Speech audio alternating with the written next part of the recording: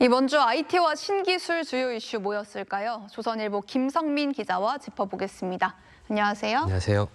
김 기자, 오늘 준비한 소식 뭔가요? 네, 지난주 국내 증시를 뒤흔든 중국 창신 메모리 CXMT의 실체와 중국 반도체 굴기에 대해 준비했습니다. 네. 지난달 27일 CXMT는 중국 상하이 증시에 상장을 했는데요. 상장 첫날 주가가 465% 폭등하면서 단숨에 중국 본토 시가총액 1위에 올랐습니다. 다음 날 코스피가 폭락하는 등 이른바 창신 쇼크가 나타났는데요. 그동안 1위로 여겨졌던 CXMT가 시장 경쟁자로 본격적으로 인정을 받으면서 메모리 공급 과잉과 업황 피크아웃 우려에 불을 지핀 것입니다. 이런 공포감이 실체가 있는지 오늘 한번 짚어보겠습니다. 네, 실체가 있는지 짚어보자고 했는데 우리 반도체 주가 많이 빠졌어요. 도대체 네네. 창신 메모리의 기술력 어느 정도인 겁니까?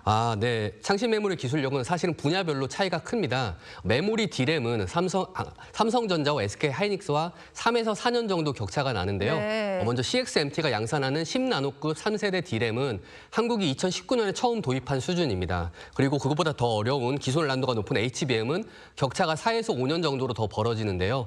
현재 삼성과 하이닉스는 6세대 HBM4를 양산 중이고 CXMT는 4세대인 HBM3도 아직은 제대로 만들지 못합니다. 네.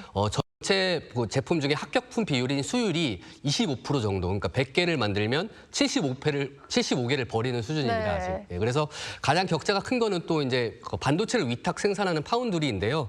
중국의 SMIC가 아직 이제 7나노 공정에 그치는데 삼성전자는 현재 2나노 공정입니다. 그래서 6에서 7년 정도 차이가 난다고 보고 있고 특히나 중국 SMIC는 미세 공정의 필수적인 극자외선 장비, EUV 장비죠. 그래서 이게 없어서 실질적인 격차는 더 크다고 알려졌습니다.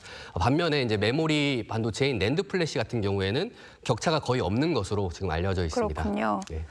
자, 격차가 D램이 3, 4년, 또 이제 파운드리가 6, 7년이면 네네. 제법 차이가 나고 100개 만들어서 75개 버린다는 거 좀 충격적인데 네네. 그럼 이 반도체 제품은 어디에 쓰는 겁니까? 사실 중국 반도체는 앞서 말씀드린 대로 성능과 수율, 가격 면에서는 시장에서 살아남기 힘든 수준입니다. 하지만 CXMT의 실제 점유율은 지금 7에서 8%인데요. 네. 수율이 낮아서 같은 웨이퍼에서 나오는 메모리 용량이 한국 업체의 60% 수준입니다. 그런 가격도 사실은 한국산보다 30% 비쌉니다. 그렇습니까? 그런데도 불구하고 중국 업체의 지원과 내수 밀어주기 때문에 지금 버티고 있는데요. 사실은 중국의 바이트스탠스라는 업체가 CXMT의 서버용 D램 검증을 통과를 시켰고 또 이제 텐센트는 3에서 5년간 우리 돈 4조 원에 넘는 장기 공급 계약을 맺었습니다. 그리고 중국의 샤오미, 오포, 비보, 와너 등 중국 스마트폰 업체들도 CXMT의 메모리를 씁니다. 이 덕분에 CXMT의 중국 내수 시장 점유율은 작년 13%에서 올 1분기 26%로 2배가 됐습니다. 네, 이렇게 설명을 들어보면은 왜 창신 메모리가 상장을 해서 글로벌 시장까지 흔들린 건지 좀 의문이긴 합니다. 네, 맞습니다. 사실은 이 배경에 요즘 많이 얘기가 나오죠. AI 열풍에 따른 반도체 품귀 현상이 있습니다. 네. 예, 메모리 가격이 폭등을 하고 구하기 힘들어지자 이제 글로벌 업체들이 그동안은 쳐다보지 않았던 중국 업체로 눈을 돌리는 것입니다. 컴퓨터 업체인 델과 HP가 2027년 말까지 CXMT의 D램 물량을 선점을 했고요.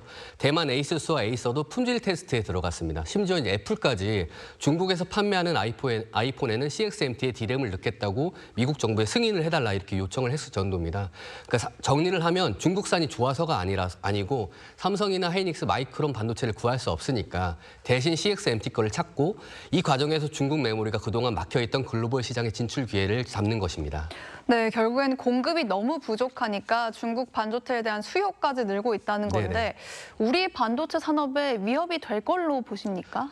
네. 단기적 영향은 없지만 장기적으로는 위협이 될 수 있다는 게 중론입니다. 2027년까지는 글로벌 D램 부족 사태가 지속돼서 중국 물량이 전부 풀려도 영향이 적습니다. 사실 올해 D램 수급은 공급이 5% 부족하다고 나오고요. 내년에는 2% 더 추가적으로 부족하다는 분석이 나오는데요. 네. 하지만 2028년에서 2030년 사이가 변곡점으로 알려지고 있습니다. CXMT의 D램 생산량은 올해 말 월 35만 장으로 늘어나서 3위인 마이크론이 월 38만 장을 만들거든요. 네. 그래서 마이크론을 턱 밑까지 추격할 것으로 보입니다. 그래서 2030년에는 이것의 2배인 월 63만 장까지 만들 수 있다고 이렇게 추정이 나오고 있습니다.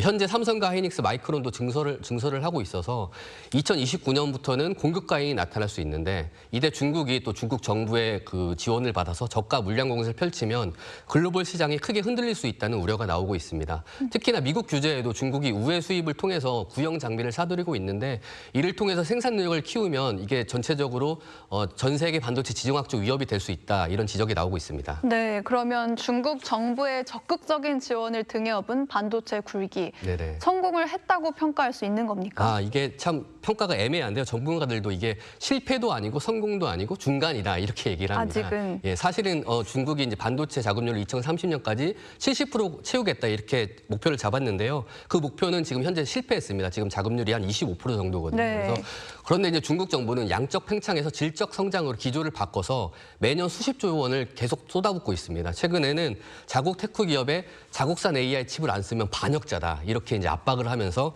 자국 칩을 사라 이렇게 판로를 열어주고 있습니다. 이에 대응해서 한국도 이제 특별한 조치를 취해야 될 텐데요. 먼저 네. 차세대 DDR6나 아니면 차세대 HBM 등 초격차 기술을 더 빨리 달아나고 성장하는 중국 반도체에 부품이나 소재를 수출을 하면서 또 실리 전략도 취해야 할 것으로 보입니다. 네, 우리 기업으로서는 지금의 기술 격차를 일단 잘 유지하는 게 중요하겠네요. 김성민 기자 잘 들었습니다. 네.